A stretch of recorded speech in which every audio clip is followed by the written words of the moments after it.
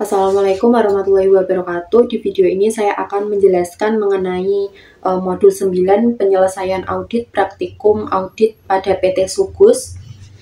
Nah, untuk menyelesaikan modul 9 sendiri itu kita harus sudah mengerjakan modul 1 sampai dengan modul 8, karena kalau tidak mengerjakan modul 1 sampai 8 kita tidak akan bisa menyelesaikan audit.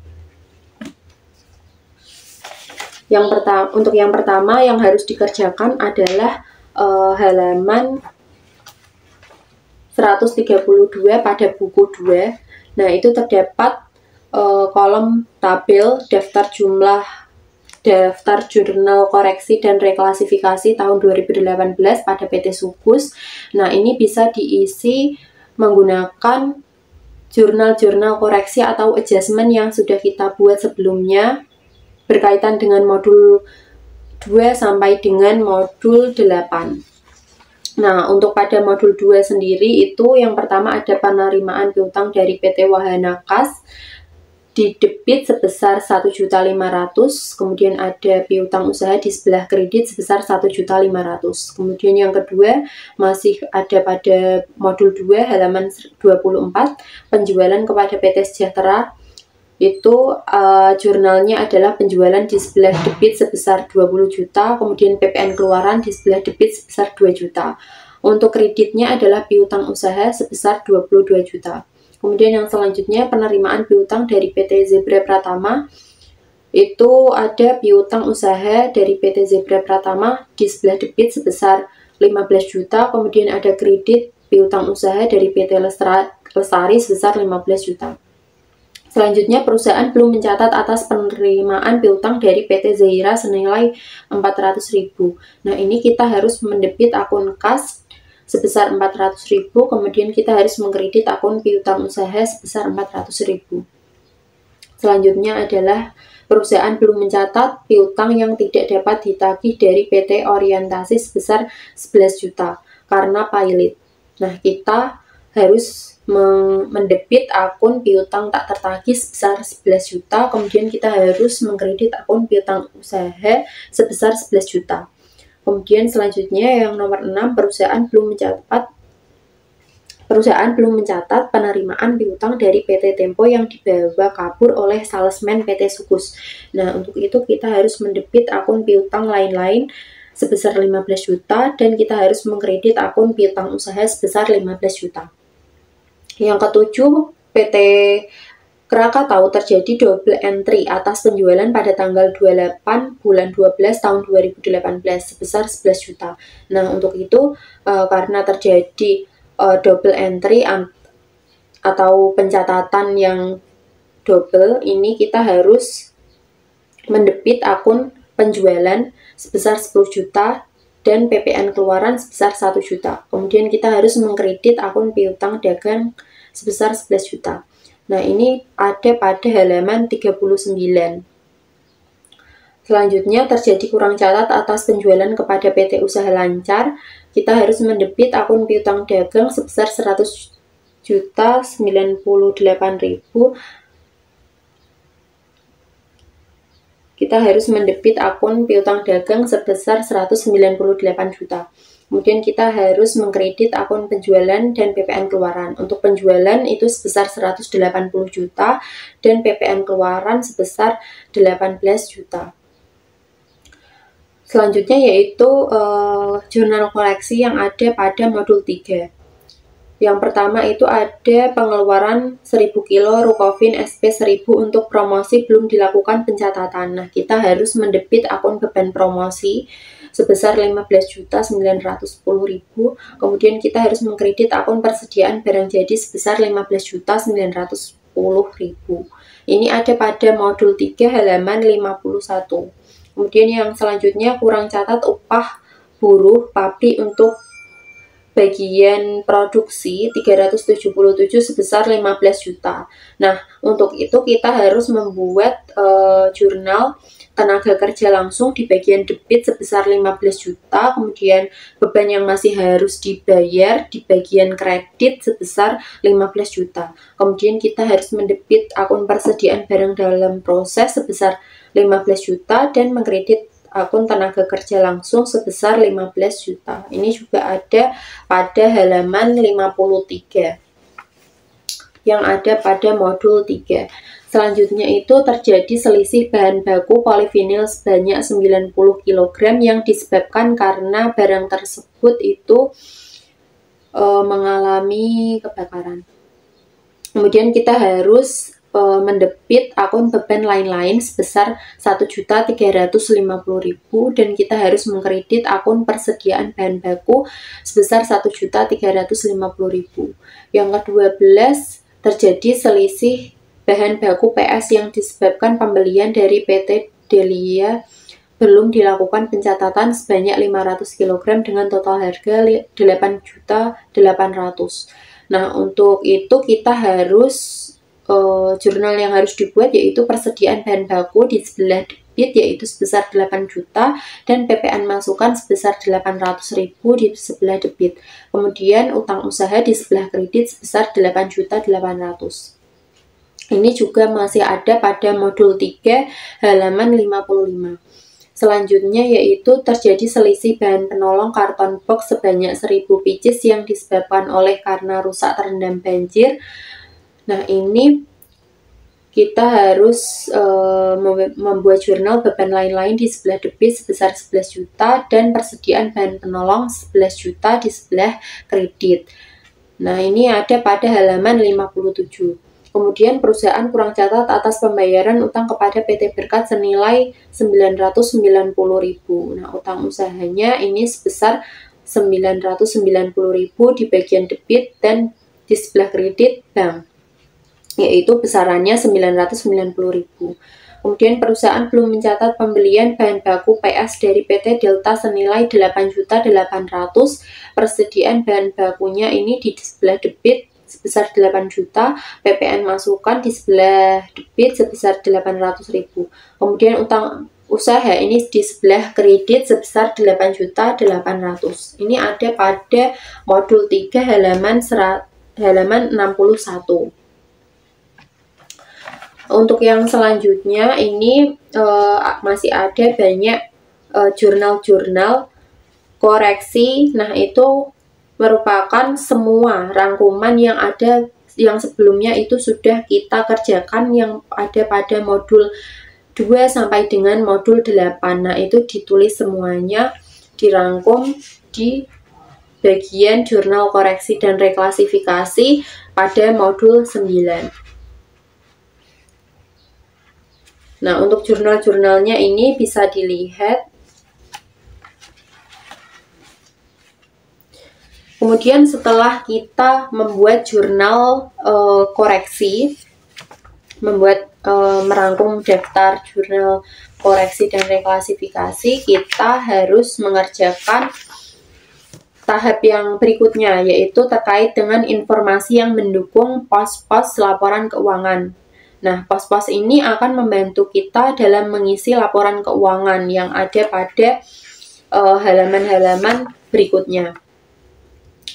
Kita harus mengerjakan pada halaman 150 buku 2, di mana yang pertama ada transaksi kas dan setara kas, ada detail informasi berkaitan dengan kas besar, kas kecil, Bank CAB, Bank Lopo antara tahun 2018 dan tahun 2017. Bisa dilihat pada tabel kas besar sebesar 14.900.000, kemudian untuk 2018, kemudian untuk tahun 2017 sebesar 8 juta, kemudian kas kecil 2018 itu ada sebesar 2 juta, untuk 2017 itu sama 2 juta, Bank CAB untuk tahun 2018 itu sebesar 13.391.410, untuk 2017-nya itu masih sama, untuk 2017-nya itu sebesar 57 juta. Kemudian Bank Lopo-nya itu tahun 2018 sebesar 37.092.650.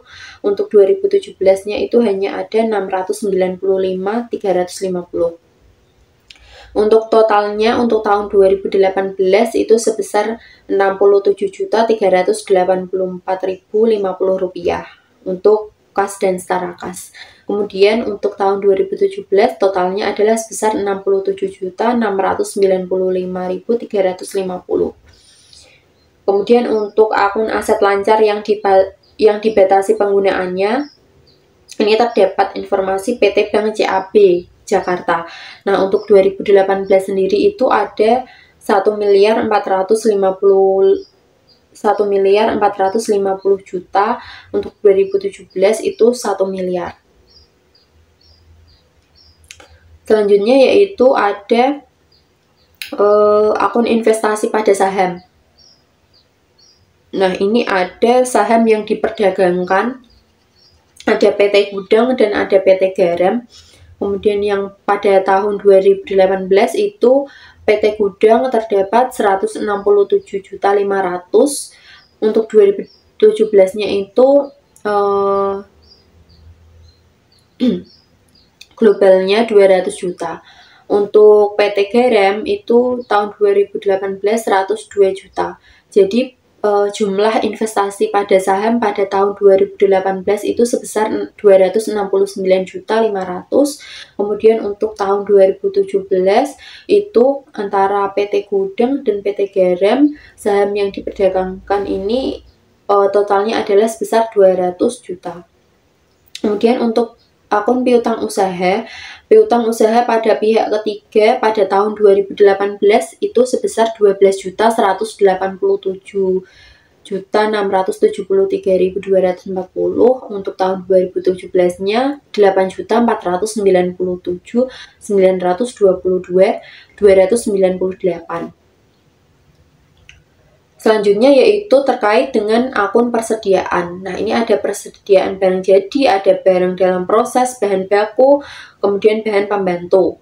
Nah, untuk detailnya, totalnya bisa dilihat pada tabel. Itu untuk barang jadi itu tahun 2018 sebesar 1.771.171.000. Untuk 2017 1.134.315.235. Nah, untuk barang dalam proses, bahan baku dan bahan pembantu bisa dilihat pada tabel untuk jumlah besarannya. Untuk totalnya sendiri, total persediaan pada tahun 2018 itu sebesar 2.721.278.700 rupiah. Untuk 2018. Untuk 2017 itu sebesar 1.808.167.030 rupiah. Perusahaan berkeyakinan bahwa seluruh persediaan dapat digunakan dalam kegiatan usaha normal. Nah, selanjutnya itu ada akun investasi pada entitas asosiasi. Nah, di mana di sini itu ada informasi terkait dengan PT PUH dan PT Piglet. Lokasinya Jakarta, kepemilikan untuk PT PUH sendiri adalah sebesar 10%, kepemilikan untuk PT Piglet sebesar 30%. Nah, untuk nilai tercatatnya sendiri pada tahun 2018, PT PUH ini sebesar 100 juta. Kemudian PT Piglet itu sebesar 325.200.000. Untuk totalnya sendiri, untuk tahun 2018 ini sebesar 425.200.000. Untuk tahun 2017-nya itu tidak ada informasi. Nah, selanjutnya perusahaan mendapatkan dividen atas investasi yang dilakukan pada entitas asosiasi. Adapun dividen tersebut dapat dirinci sebagai berikut. Nah, PT PUH ini pada tahun 2018 sebesar 2 juta, kemudian PT Piglet itu sebesar 4.800.000. Untuk tahun 2017-nya itu tidak ada. Jadi untuk tahun 2018 totalnya itu sebesar 6.800.000. Selanjutnya yaitu ada informasi terkait dengan aset tetap. Di sini ada aset nilai perolehan dari tanah, bangunan, mesin dan peralatan, kendaraan, peralatan kantor, dan sebagainya. Nah, di sini juga ada akumulasi penyusutannya.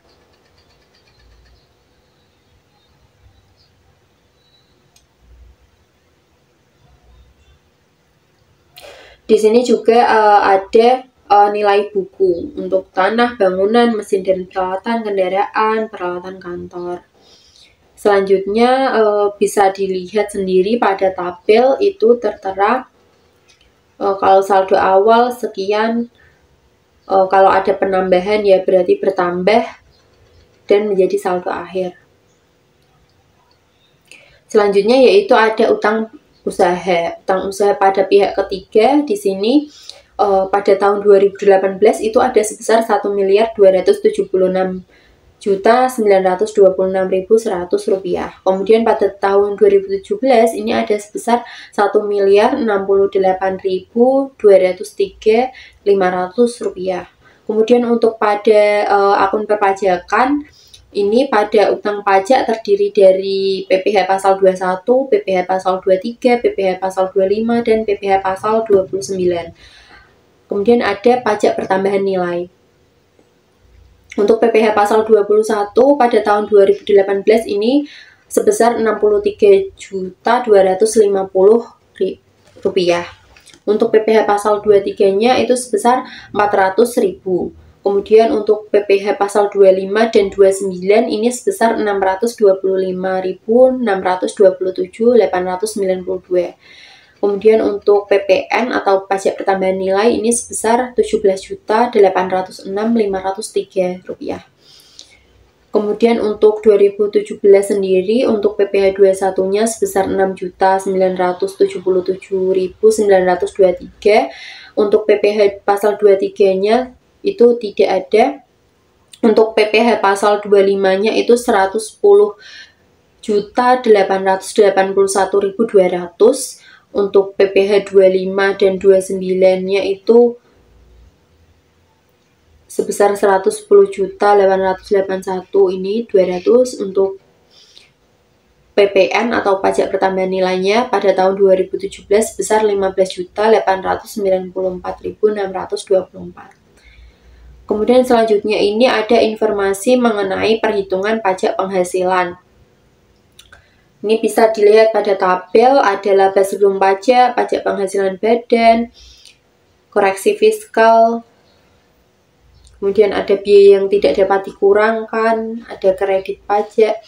Untuk angkanya bisa dilihat pada tabel.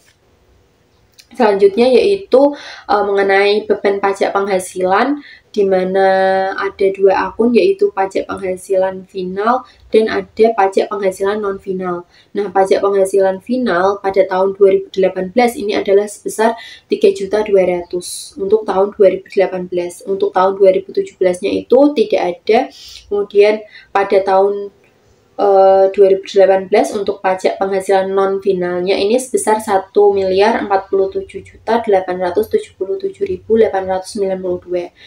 Nah, ini tahun 2018. Kemudian untuk tahun 2017 ini sebesar 437.336.772 rupiah.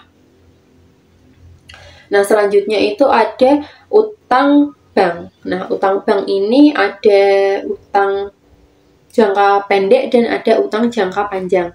Nah, untuk utang jangka pendeknya sendiri pada PT Bank CAB pada tahun 2018 ini sebesar 1.299.438.759.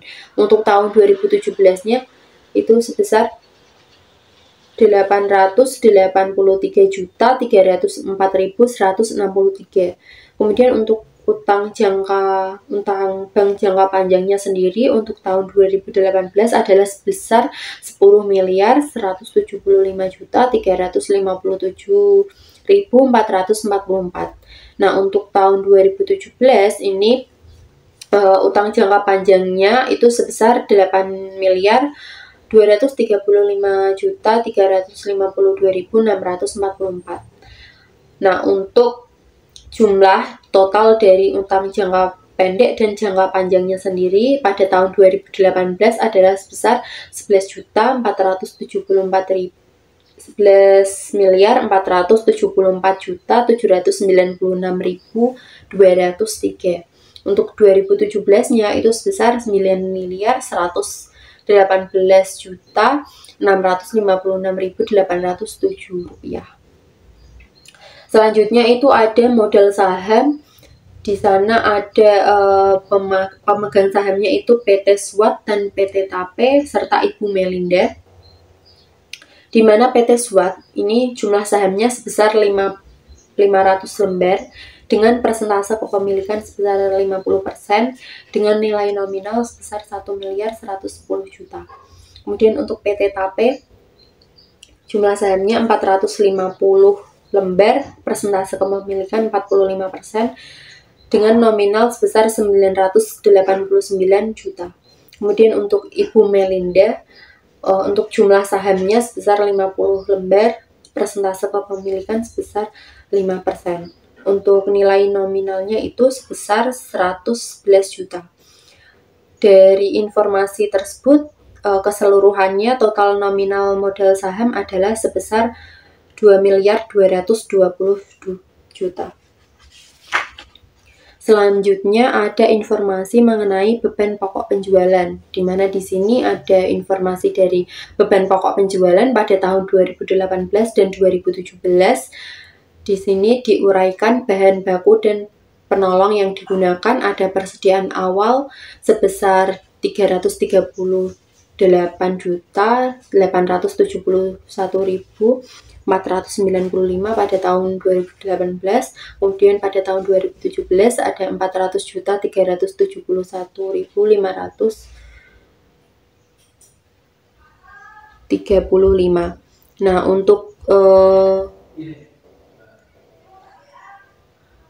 untuk akun-akun yang lain itu bisa dilihat informasinya ada di tabel. Sehingga beban pokok penjualan pada akhir tahun 2018 itu sebesar 33.179.997.959 pada akhir tahun 2018. Kemudian pada akhir tahun 2017 ini untuk beban pokok penjualannya adalah sebesar 24.883.531.468. Selanjutnya ada informasi mengenai beban usaha, di mana di sini ada informasi terkait dengan gaji, kesejahteraan karyawan, iklan, beban perjalanan, imbalan jasa konsultan, premi asuransi, representasi dan jamuan, sumbangan, alat tulis, dan biaya kantor. Nah, ini bisa dilihat pada modul sebelumnya yang membahas terkait dengan beban operasional. Nah, ini untuk informasinya bisa dilihat pada tabel. Nah, setelah kita mengerjakan pos-pos untuk membantu mengisi laporan keuangan, kita harus mengerjakan laporan auditor independen yang ada pada halaman 157 buku 2. Di sini terdapat titik yang harus diisi. Nah, ini kami telah mengaudit neraca atau laporan posisi keuangan PT Sugus tanggal 31 Desember tahun 2017 dan 2018. Laporan laba rugi, laporan perubahan ekuitas, laporan arus kas untuk tahun yang berakhir pada tanggal-tanggal tersebut. Laporan keuangan adalah tanggung jawab manajemen perusahaan. Tanggung jawab kami terletak pada pernyataan pendapat atas laporan keuangan berdasarkan audit kami. Nah, setelah mengerjakan laporan auditor independen, kita harus mengisi laporan keuangan yang ada pada modul 9 halaman 133. Pada tabel schedule prosedur penelaahan analitis neraca ini, kita harus mengisi antara perbandingan audit antara 2017 dan 2018. Nah, ini ada akun-akun terkait dengan aset lancar, itu ada kas dan setara kas, investasi jangka pendek, piutang usaha, piutang lain-lain, persediaan, beban dibayar di muka. Kemudian ada investasi pada entitas asosiasi, ada harga perolehan, akumulasi, penyusutan, nilai buku, dan lain-lain. Nah, untuk mengisi peraudit tahun 2018, kita harus mengerjakan modul 1 sampai modul 8. Nah, untuk informasinya ini bisa dilihat dari per modul. Nah, untuk kas dan setara kas sendiri itu bisa dilihat pada modul 4 halaman 82. Nah, di sana tertera hasil dari jumlah kas dan setara kas per audit 2018 itu berapa, kemudian diisikan di tabel halaman 133 di schedule prosedur penelaahan analitis neraca ini.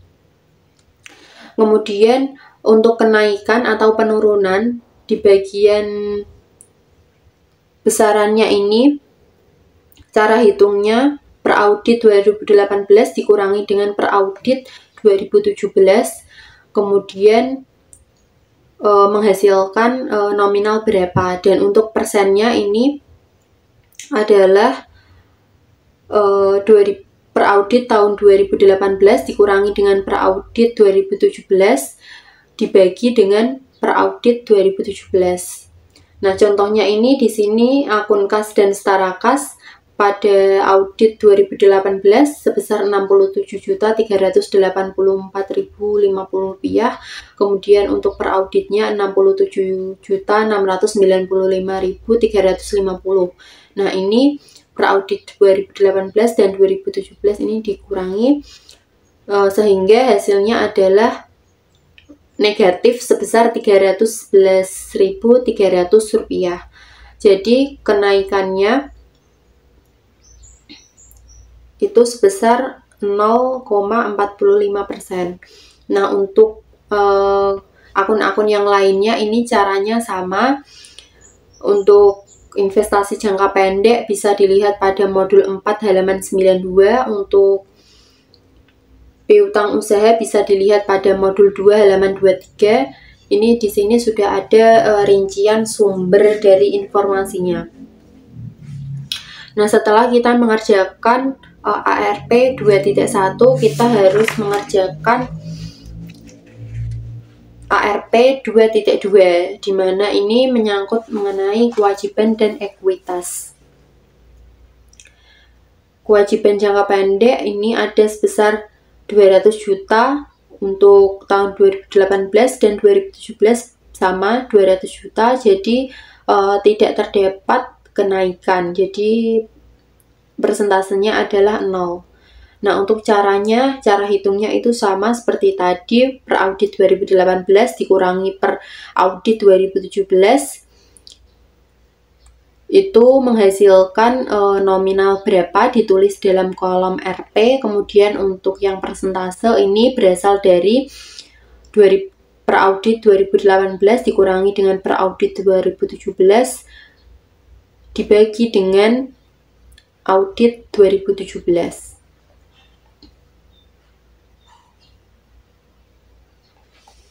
Nah, untuk selanjutnya kita harus mengerjakan ARP 2.3 yang ada pada halaman 135. Ini juga diperoleh dari schedule indeks yang sebelumnya kita kerjakan pada modul 1 sampai modul 8. Untuk cara hitungnya itu sama seperti tadi, per audit 2018 dikurangi dengan per audit 2017, kemudian di hasilnya itu ditulis dalam kolom RP ini. Kemudian untuk yang persentase ini berasal dari per audit 2018 dikurangi dengan per audit 2017, kemudian dibagi dengan audit 2017. Nah, laba netonya ini dapat dilihat per audit 2017 sebesar 1.458.731.470. Untuk per audit 2018 itu sebesar 3.474.742.644. Nah, ini terdapat kenaikan sebesar 2.016.11.174. Setelah kita mengerjakan schedule prosedur penelaahan analitis neraca dan analitis laba rugi, kita harus mengisi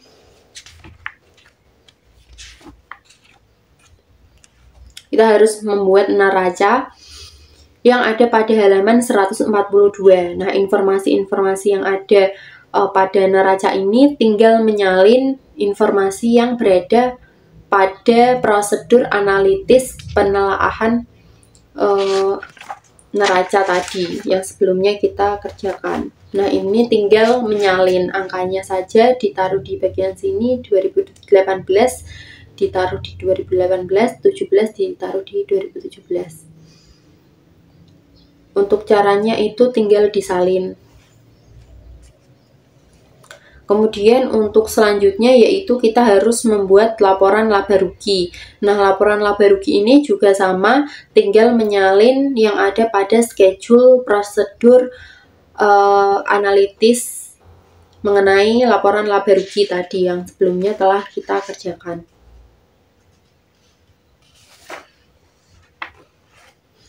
Selanjutnya itu ada laporan perubahan ekuitas di mana saldo pada 31 Desember 2016 itu modal sahamnya sebesar 2.200.000.000, kemudian saldo labanya sebesar 1.761.040 rupiah.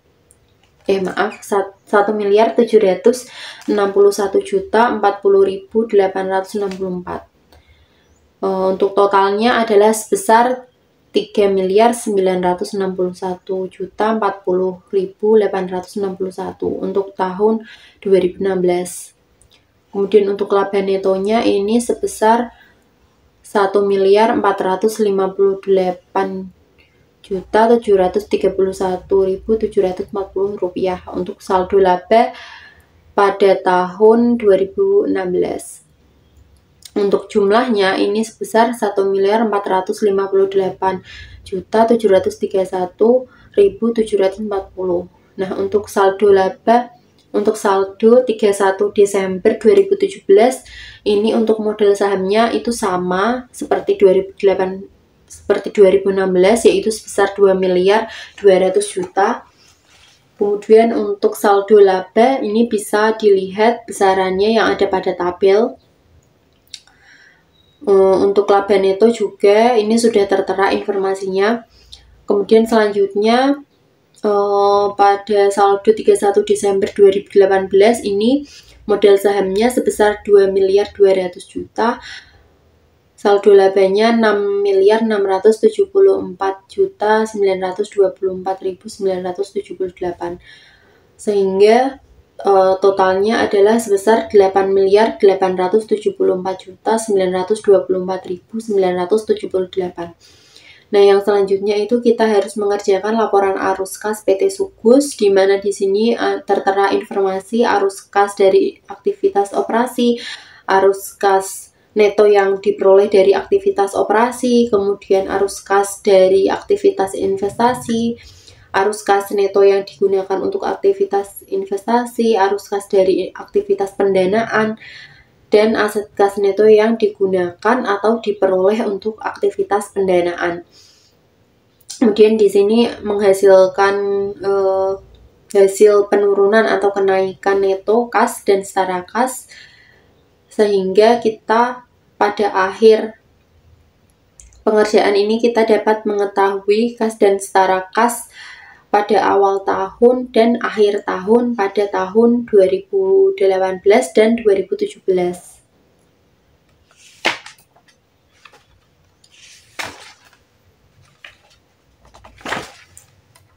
Nah, demikian pembahasan mengenai modul 9 PT Sukus mengenai penyelesaian audit. Mohon maaf apabila terdapat kesalahan dalam penyampaian atau pembahasan. Wassalamualaikum warahmatullahi wabarakatuh.